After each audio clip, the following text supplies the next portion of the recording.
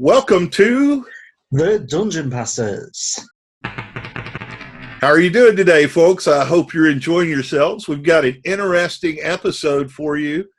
My name is Derek White. I am known as the Geek Preacher. This is Stephen Taylor. And I run gamesforall.net. Yes. Stephen runs gamesforall.net, if I didn't overtalk him there for a second. But we're going to do some introductions again today because we may have some more listeners jumping in for this special podcast / video blog or whatever we are calling this thing now. But because as you'll notice, we've got an extra face with us today. This is John Price, and we're going to be introducing him in just a moment.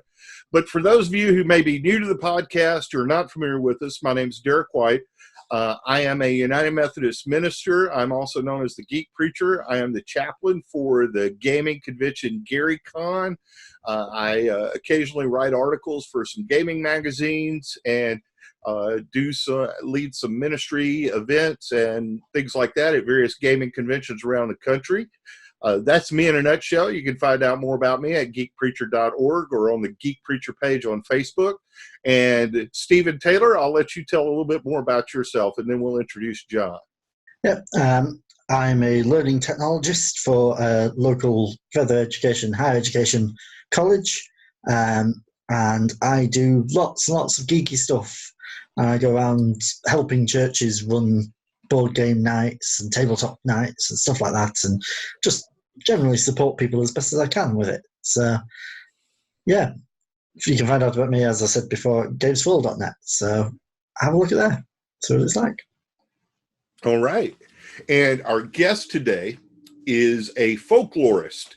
He is the editor for New Directions in Folklore, and his name is John Price. John and I have known each other online for about 2 years now, I believe, and this is the first time we've ever gotten to talk face-to-face, and I'm really intrigued by the work he's doing with New Directions in Folklore, as well as having read some of his dissertation. So I'm going to let John introduce himself and talk a little bit more about New Directions in Folklore. Great. Hi, my name is John Price. I have a PhD in American Studies. I am the editor of New Directions in Folklore, which is a peer-reviewed refereed journal that is under the control of the American Folklore Society. We're a section group, and we have our own journal. Basically, that's it. But at New Directions, one of the things we do is we're always looking for, wait for it, new ways to study folklore and to look at the ways in which tradition and performance are manifesting themselves in culture. Wow, that sounds totally geeky. That sounds like our thing we like. We love folklore around. We do, yeah. I'm in the UK, which is like one of the homes of folklore in a way. We have so much of it. But what actually is folklore? Since you're the expert. I know Derek's put you on the spot with this one only about half an hour ago. So, what is the definition of folklore? Sure. So folklore, when kind of normal people hear the word folklore, they think of like fairy tales, or they think of like, I don't know, like bluegrass, banjo music, or something like that. Like Bob Dylan, folk singers, whatever. In academic terms, folklore is much bigger than that. It's informally traditions. It's informal culture. It's the ways in which people live their lives by their own decisions. And so we're not talking about formal culture. We're not talking about the things that you have to do, the things that you're mandated to do. We're talking about the things that you, in fact, decide to do on your own. So even within formal structures, there are ways in which folklore lives. So it's not just fairy tales. It's also legends. It's also myths. It's also a lot of those familiar ideas. Those are informal, but it's also going to be things like jokes. It's also going to be things like cosplaying. the performance, how you perform everyday life. There's going to be a lot of folklore involved there. One of the ways to think about it is kind of the lore of the folk, right? And you can define the folk however you want, right? So it can be the lore of Britain, right? That could be the folk. Or it could be the lore of the working class. Or it could be the lore of the football team. Or it could be the lore of children. You see what I'm saying? So it's the ways in which, you define the group that you're looking at, and then you define the things that they are doing, right? So as an academic folklorist, you're looking for the ways in which folklore gives you an insight into what a community believes, into what people are choosing to do by themselves on their own accord, right? There's a couple different ways you can define it, kind of more like formally. One of the more famous ones is variation within tradition, and kind of this tension between dynamic and conservative traditions, right? So do you guys know the telephone game? Like you say, like you say something to one person, and then they have to say it to the next, to the next, to the next, and by you get to the end, you have a completely different saying, right? That's folklore. That's the way folklore works, essentially, right? Where you're all doing the same thing, but you're all doing it slightly differently, which proves the power of the thing you're doing, if that makes any sense. Right? I like that a lot. I like. Yeah, so it's a you're lot of all doing the same thing, but slightly differently, and that proves the power of the thing. Yeah, yeah, exactly. Wow, that's going into a sermon sometime. I like that. I like that a lot. Just a little footnote, price, comma, J, you're fine. Yeah. Hey, you'll get a big footnote on that one. So that's folklore. Yeah. It's also called folk life. A lot of places are more comfortable with the term folk life. You do performance culture, stuff like that. And that's all details you don't have to worry about. That is great. I mean, you made me think of so many different types when you started talking about lore of groups. I think of, like, just in my own family lore. Absolutely. I remember a story, and I've shared this with friends before. A story my great grandmother would tell us is we would, back then, this was the 70s. Everybody smoked. Okay, everybody smoked. And so my mom smoked and everything, and my great grandmother told us to go out in her yard and pick up all the cigarette butts. And I said, why do we got to pick up all the cigarette butts? And she said, well, if you pick up the cigarette butts, it will end the war. And I said, what do you mean picking up cigarette butts ends war? And she said, and I asked my mom about it later, and my mom said, well, when her first husband was in World War II or maybe World War I can't remember. But when her first husband was serving in the war, he would send home letters, and he would tell her how he had to pick up the cigarette butts at his campsite. Now, because those letters were redacted by the War Office, okay, all she could understand was he's picking up the cigarette butts because it ends war.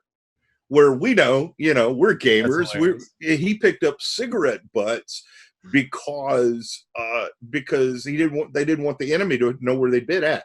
Right. They didn't want the enemy to track them. And so but in my grandmother's mind, the lore she perceived and tried to pass on to us was, if you pick up cigarette butts, it ends war. So would that be an example of, like, family lore you're talking about? Oh, absolutely. Absolutely. Yeah. Especially the kind of narrative forms. One of the things folklore does is, on a personal level, it defines you. You are helping to define who you are, right? So if part of your family narrative is cigarette butts bring victory, then that's it. That's part of your family identity dynamic, right? We had there's a story in the Price family where, my great grandfather was in World War I, and he jumped into a foxhole, and he asked the guy for a cigarette, for a light, you know, and it was at that moment he realized everyone around him spoke German. And so he spent the rest of the war in a POW camp, right? So it's like that kind of story. It's like, it doesn't matter if it's factual, right? And I don't want to get in trouble here, but No. the facts, if the story is believed, if you believe the story, then that is the truth, Yeah. right? And I don't want to get into like philosophical, like, no, that's fine. We do stuff like that. You know, whatever. Yeah. Well, you guys are more qualified to talk about that stuff, I suppose. But if you know, the power of folklore is found in the ways in which you tie your identity or tie your belief or truth or something like that to the actual thing, right? If you right, legends, right? Everyone knows what a legend is, right? Urban legends, you know, you look in your rearview mirror and the hitchhiker's no longer there, right? You know, that's very famous urban legends, been going on since people rode horses, right? If you believe that to be true, then it's true for you, right? The point of telling a legend is to get people to question whether or not this unbelievable thing is believable, right? That's kind of how an academic folklore is to kind of look at it or sort of deconstruct it a little bit, right?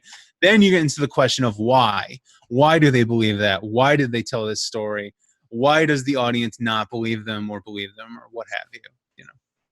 And then when you take it a step further, how does it affect you and change your interaction with other people? Then you're getting into my realm. Right, absolutely. You know, because, and I know what you're talking about, because one of the biggest problems I have as a preacher a lot of times is telling people truth and fact is not always the same thing. Sure. Truth is transformative. Truth changes you in some way or manner. Facts are just facts. And while truth and facts may overlap, they don't have to overlap, because whatever the truth is, and that's why people have trouble with somebody saying, well, my personal truth is this, you know, and personal truth is a great thing, but personal truth, you can't replace facts with personal truth. Right. And this is a situation where in recent current events, right, we now have a situation like, for example, in the media where people are deciding whether or not to believe facts, right?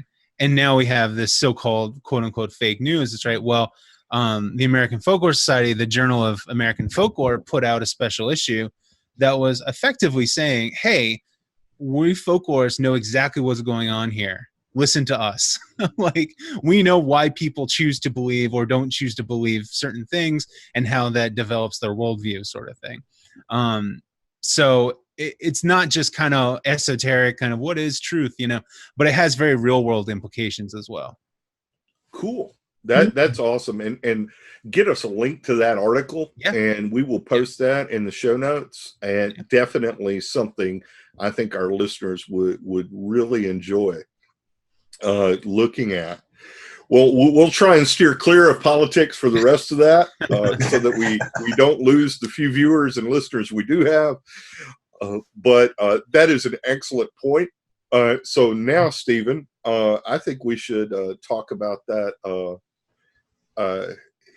In your paper, you brought up something called pop lore, and that's what we really want to focus on, is some pop lore. What do you think, before you answer pop lore, Stephen, what do you think pop lore is? I'm going to go with, is it the lore behind things like video games and popular culture and the lore that comes from that? Or is that completely wrong? No, that's certainly one way you could define it. Yeah, absolutely. So for my dissertation, one of the things I looked at is the intersection of folklore and popular culture, right? And folklorists as a discipline have analyzed popular culture in a few different ways. I didn't think that they really hit the nail on the head, so I was going to take a stab at it, and that's my dissertation. And it's all about what I call pop lore, right? Now, the term itself comes from ethnomusicology, which is what it sounds like, basically folklore music, right? And a guy named Eugene Bluestein invented the term in the 80s, where he's looking at the ways in which folk music has become popular music, right? And I'm butchering it. I'm sorry, Mr. Bluestein. I apologize, but I didn't think that was big enough. I thought it was too good of a term, so I kind of redefined it a little bit into where, if folklore is the lore of the folk, pop lore is the lore of pop culture, right? And so one of the key aspects here is that we live in a world where pop culture is culture. Like, there's no, for all intents and purposes, there is no separation, right? The radio has been around over 100 years, right? TV's been around and popular for coming up on, 80 years, 75 years, whatever it is, right? We don't live in a world anymore where communities have a chance to develop kind of insular, unique cultures in the same way that now we have pop culture. Now everyone's watching the same TV show across the world at the same time, right? That's a completely different type of culture that's developing, right? And it's been like this since ostensibly the 50s, right? A lot longer than that, but I'll say TV, right? Let's go with the birth of TV, right? So TV becomes really popular after World War II. It becomes in almost every household by the time the 50s are going through, right? So we now have a situation where in the 1950s, 1960s, 1970s, the entire country is watching 3 stations. They're getting all of their information, all of their TV shows, all of their entertainment from 3 sources, right? So that's a completely different power dynamic than you live in a town and maybe the carnival will come through or the circus will come through and you'll get to experience this thing. And a couple months later, your friend in the other state will experience it when the carnival comes through, right? Completely different dynamic. Now we're all watching Star Trek at the same time, right? And we're having the same reactions, right? We even have a kind of vernacular that comes out of it where it's, oh, the water cooler discussion, right? That phrase doesn't exist until you have a thing called a water cooler and something to talk about, right? So it's very easy to see how culture changed around pop culture. And so now we have a situation where by, the height of the 20th century, we're talking 60s, 70s, 80s, whatever, pop culture has become culture and it's now driving culture. Like, there are now cultural responses to pop culture, right? I'll go with Star Trek because it's a pretty easy example, right? Fan convention. Plus, he loves Star Trek. I do love Star Trek, right?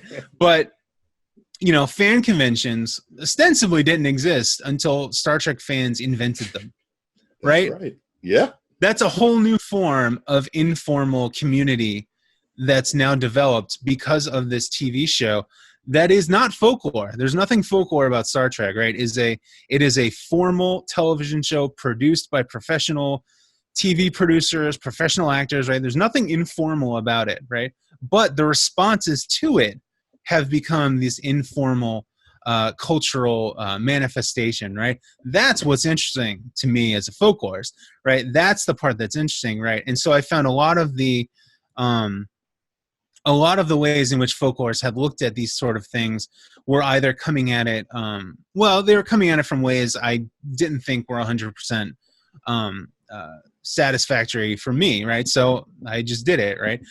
So for me, pop lore is the ways in which popular culture is now kind of the cultural hearth from which lore is invented and springs and manifests itself, right? Yeah. Ooh, I like that term, the cultural hearth. Yeah.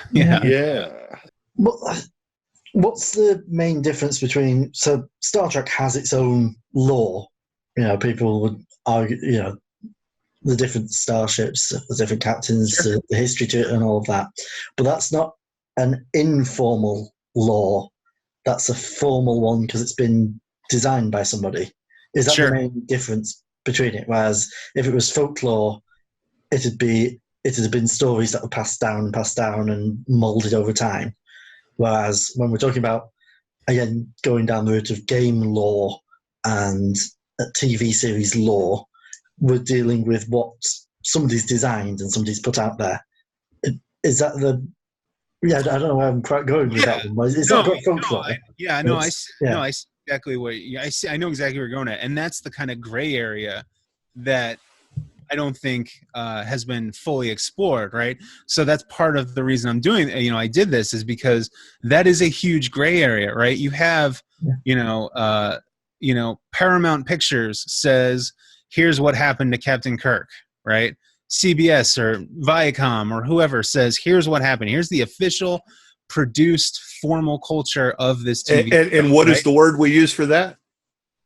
Canon. Yeah. Bring in the biblical term. Yeah, exactly. No. Canon. No, you're absolutely right. And, yes. And there's actually a pretty good article out there comparing fandom and religious communities. But anyway, I think I'll find that and send it to you. Yeah, definitely. That's up our alley right there. Fandom and but at the same time, then you have the fans inventing their own information. Exactly. Right? Yeah. You'll have I think some people call it fanon, right? FANON, right? Where it's like, fans know, quote unquote, know that Kirk was on the Enterprise for 5 years, right? Well, that's not in the show. Like, you can't point to an episode that says, oh yeah, he was on the episode for exactly 5 years, or he was on the Enterprise, for exactly 5 years, right? But fans, they know this. And sometimes competing ideas will come forth, and a group of fans will say, no, that's not true. Actually, this happened over here, and this happened over here. And what you believe to be true is wrong, right? And then you get into anime waifu wars. Yep. Right, and that dynamic is a huge, you see it all the time now in fan communities where fans are going after each other because I know I'm right and I know you're wrong about this thing that doesn't exist, right? I'm a huge nerd, but at the end of the day, we're talking about things that literally don't exist except in our heads. But that's all that matters. Well, I'm not going to get into whether it exists or not, but you mean how Christians go to war over a particular bit of dogma or doctrine, like the Great Schism in 1154, where the church split across the world into East and West over adding basically one phrase to the Nicene Creed, the Filioque. Right. Just had to throw in some of that geeky theology stuff. No, and I'll go one step further for you, right? All right, let's do it. We I was joking one time, I'm pretty sure it was on Twitter or something, but we can break it down. There are Orthodox Trekkies, there are Catholic Trekkies, there are Protestant Trekkies, right? There are Quaker Trekkies who just want everyone to get along. Right. You can break it down into different denominations if you want to do that, because the way this happens, the way this works, I think directly parallels the way kind of religious denominations manifest themselves. Because at the end of the day, these are very similar processes that are going on. We have a text, a cultural text, whether it's a physical book or a TV show or a movie, right? And we all have our ideas about what that text means.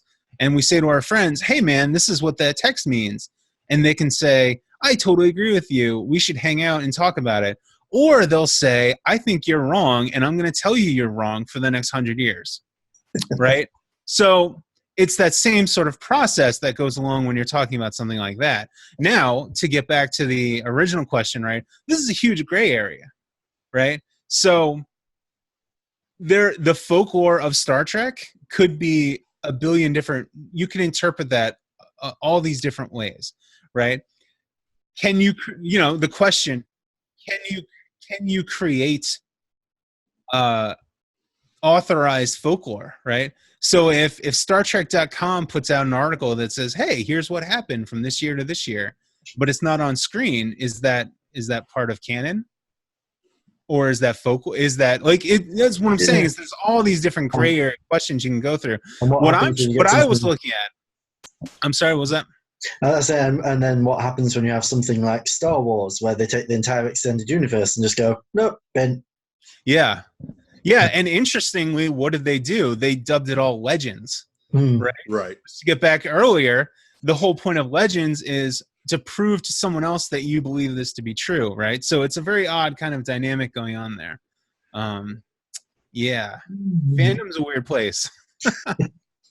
Yeah, fandom is a very weird place, and I think that's really great. And so one of the things I want us to talk about, because we are the dungeon pastors, and we both love Dungeons and Dragons here.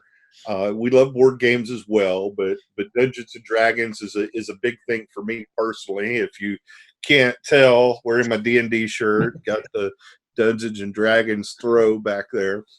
Um, so, how do you think, with the current resurgence, and now I have some old school gaming friends that have told me I cannot say resurgence without talking about how there's always been a core group of players for a long time. We acknowledge that. I'm one of those people that has been playing for a long time, but currently we have a tremendous pop culture resurgence of Dungeons and Dragons where people are engaging in face-to-face play, or they're engaging in online play similar to what we're doing here. They'll have a Zoom video or a Roll20 game going where they're playing face-to-face instead of using something else. And how do you think that relates to these ideas of folklore and pop lore, and why there is a resurgence of this storytelling game? That's a great question, and it's a really interesting topic. But I have a confession. All right. I feel like this is the right place for a confession, right? I've never played Dungeons and Dragons. I can't remember the last time I played a board game. Maybe like Chutes and Ladders. I don't know. So I am coming at this conversation as a complete outsider, right? An informed outsider, right? I play video games, so I'm aware. I get the jokes, I get the memes, right?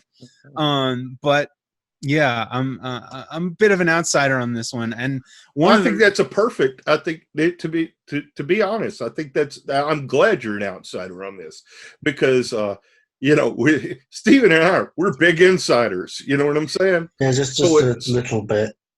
Yeah, just a little bit there. So I think it's great to have an outsider's take, especially a folklorist's take on what is occurring in our culture, in our community, because very often an outsider can give us a clearer view of what's happening. Yeah, so it's a really interesting dynamic, right? And there's I have a couple ideas, right? But the idea that Dungeons and Dragons, which is a role-playing game that you do physically, we can do it virtually, but you're simulating a physical act, right? Mm. There are all these rules. There are all these different dynamics at play from anything else. A board game, you roll dice. In what other situation are you ever going to roll dice except I don't know. I don't know. Right. Yeah. Table in Vegas. Yeah. So you have all of these kind of anti-modern. I don't know. Pre-modern. Pre-modern. Right. But it's completely anti-digital either way. Right. Mm. It's definitely not a kind of a type of game that you would imagine a culture that's fully immersed in digital culture to kind of engage in, right? And you accompany with that with the fact that high profile people are openly advocating for this game, right? It's a very odd sort of situation. I think it's important, and I don't know, because there's a pretty big generational shift where I'm in my 30s and my students younger than me don't understand how being a nerd was bad. Right. And that's a huge, I try to show them Revenge of the Nerds and be like, no, this was taken seriously. Like this was a serious representation of what nerds were like, right? So they can't grasp it, right? They've grown up in a world where comic book movies are coming out at least once or twice a year, right? Bill Gates is the richest, man in the world, and he's a computer nerd, right? They've grown up on computers. They've never had dial-up internet. I played the dial-up internet sound for a class, and they laughed. They thought I was like, oh, that's kind of a stupid joke. I'm like, no, seriously, that's literally the sound that it made, right? Mm-hmm. There's this massive generational shift, and it's all about technology. And so I wonder, and I don't know the answer, but I wonder if this is a way for people who are in their 20s or younger or what have you to kind of connect with a more idealized version of what a pre-digital world was like, right? So you don't have to. So let me put it this way, right? And I'm trying to talk my way through this, right? I don't have to physically visit my friends. I don't. I can talk to them in a billion different ways that don't involve me physically seeing them face to face, right? At some point, physically seeing them face to face becomes the abnormal. It becomes the exceptional, right? And so I wonder if D&D and playing board games, if it's less about D&D itself, and it's more about the physical interaction of getting together and not being in a chat room or not texting or not whatever, actually having communication with a real human being, like us old people used to do in the 90s. I think go ahead, Stephen. That's my main advocacy route for board games, really, is it's bringing people together away from their devices. Not necessarily fully away from their devices. I mean, Chronicles of Crime, that's behind me, needs a device for it to work, but it's making them present, making them be together.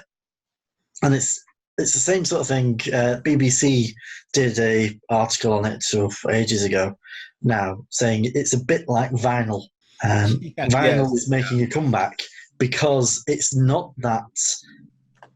This is going to really offend any audiophiles, but a vinyl copy is not as clear as a digital copy by a long shot, but it's that imperfection that makes it better because it's there. It's something physical to have, to hold, to use. Whereas when you're playing the board games, it's something physical. You're there in person together. Yes, they can be done online. You've got things like Tabletop Simulator, you've got Tabletopia, but it's not quite the same as being there in person. And you can't screw the rules up. You can't get a rule wrong on a video game. The video game has the set rules that you have to go through. But when you're there, I mean, we were playing a game with our son just a few nights ago. We're playing Smash City, and we didn't know all the rules. So we had to stop. We had to figure out this rule. We had to talk through it. And if you can't find the rule right away and you want to keep the game flowing, you just make something up on the fly and you keep going. So I like that idea of the imperfection of it. I like that idea of wanting it there with the warts and all of that. But also what John is saying, when we're talking about people getting together for these events and people getting together for these games, one of the things that, I've been on the convention scene for over a decade now, and almost every convention I go to or a bid to or ministered at or led a service at or whatever, there's always someone, at least one person who says, this convention is my Mecca. And I have thought to myself, you mean this convention is your religious pilgrimage? And that's exactly what they're meaning, because it is, but part of the experience is getting there, but it's not getting there by yourself. It's getting there with your tribe. It's getting there to center around this experience, which for many people is almost a religious experience. Definitely. Yeah, and I wanna just real quick just point out one of the things about folklore that once you get past the kind of fairy tales and all that, right? Stories and narratives will mean things to people, right? Always have, always will, right? So the ways in which those stories and those actions and those traditions, the ways in which they manifest themselves might be different from generation to generation, but but the tradition is going to remain the same. That's kind of what I'm talking about. The tension between dynamic and conservative, right? You know, a person might not go to a Baptist church to get a spirituality fix. They'll go to a gaming convention. They're still getting the same process psychologically, right? But the action is going to be just a little bit different, right? Yeah. So same thing with music, same thing with sporting events, same thing with any sort of mass congregation of people, where you will always have people. I mean, sports fan, I'm a huge sports fan, right? Always someone will be like, oh yeah, you know, Beaver Stadium at Penn State, that's my happy place, or that's my Mecca, or something like that, right? You will always have the same sort of idea, right? So that idea doesn't change. The way in which we manifest it might change, though. Does that I make think sense? that's the fundamental driving force behind a thing in the UK called Fresh Expressions, which is Fresh Expressions of Church, where you go to find where people are in their happy places, and you bring God there, because people probably won't come into a church. It's not their happy place. For a lot of people, it's quite the opposite. It's quite a sad place for them to go for various reasons. It could be, this is the church where my grandmother was buried, or this is the church where somebody was rude to me when I was a child, or something like that. And they just won't step near it. But they will go to the football stadium. They will go to Or the this gaming is a convention. church that didn't make me feel welcome because I'm a lesbian, I'm gay, I'm bisexual. Have to throw that one in there. You know that. You know, or in my case, we were talking about geeky. When I was growing up, I mean, John made an excellent point about the younger generation does not realize how bad it was to be a geek. I mean, I got thrown into trash cans, but I also got made fun of the few times I went to church, you know, because all the cool kids went to church back then in the 80s. I mean, that's what you did if you were popular in the 80s. You went to church and you took part in it. So when a geeky kid like me shows up at church, I feel like I'm being made fun of. And so, yeah, these are reasons why you don't want to go. But that's also in fandom. And that's one of the things that I've tried to do in the fandom world is to say, hey, just because this person may be a jock or they may be different than you, if they love this fandom, let them love the fandom. As long as they're not abusive or calling people out or being cruel to people, let people love their fandom. You know, and of course, you know, you get in trouble when you tell people that. It's like, no, I want to argue about my fandom. And then I say, well, if you want to argue about it, let's go sit down and have a drink, because I like to argue about Firefly, you know, or whatever the current fandom of the moment is. You know, I like to tell people that Firefly are a bunch of rebels that need to be put down, just like the Civil War in the United States. And that just makes people mad at me. And I do that, of course, just to start the discussion. Not that I really believe that, but I love it, having fun with people. But not everybody likes those arguments. Hey, Derek, would I be able to turn on a light? For some reason, Yes, my light... go ahead. Go ahead. Turn on the light. I was wondering why you were fading out over there. Yeah, apparently I need to get... Hello, this is Stephen from the future. How can you tell it's the future? Well, it's daylight outside, and it's never daylight when we're recording these things because I'm always late in the evening for me. This interview with John is amazing, and we ended up talking for a heck of a lot longer than we thought we would. So we've decided to split it into two separate parts. So I'm putting a cut at this point, and next week we shall continue with the rest of our talk on folklore. I hope that you're really enjoying it. Please do leave a comment, like, or subscribe to us. And as you know, I'm not as good at Derek as giving the ending prayer, but Father, we do ask that you help us to really think through these things that we're talking about the influence of pop culture upon folklore and how it influences our everyday lives. And we pray that we have your blessings as well, Lord, as we go forward with this week. I ask that in your Son's, Jesus Christ's name. Amen. See you next time, guys.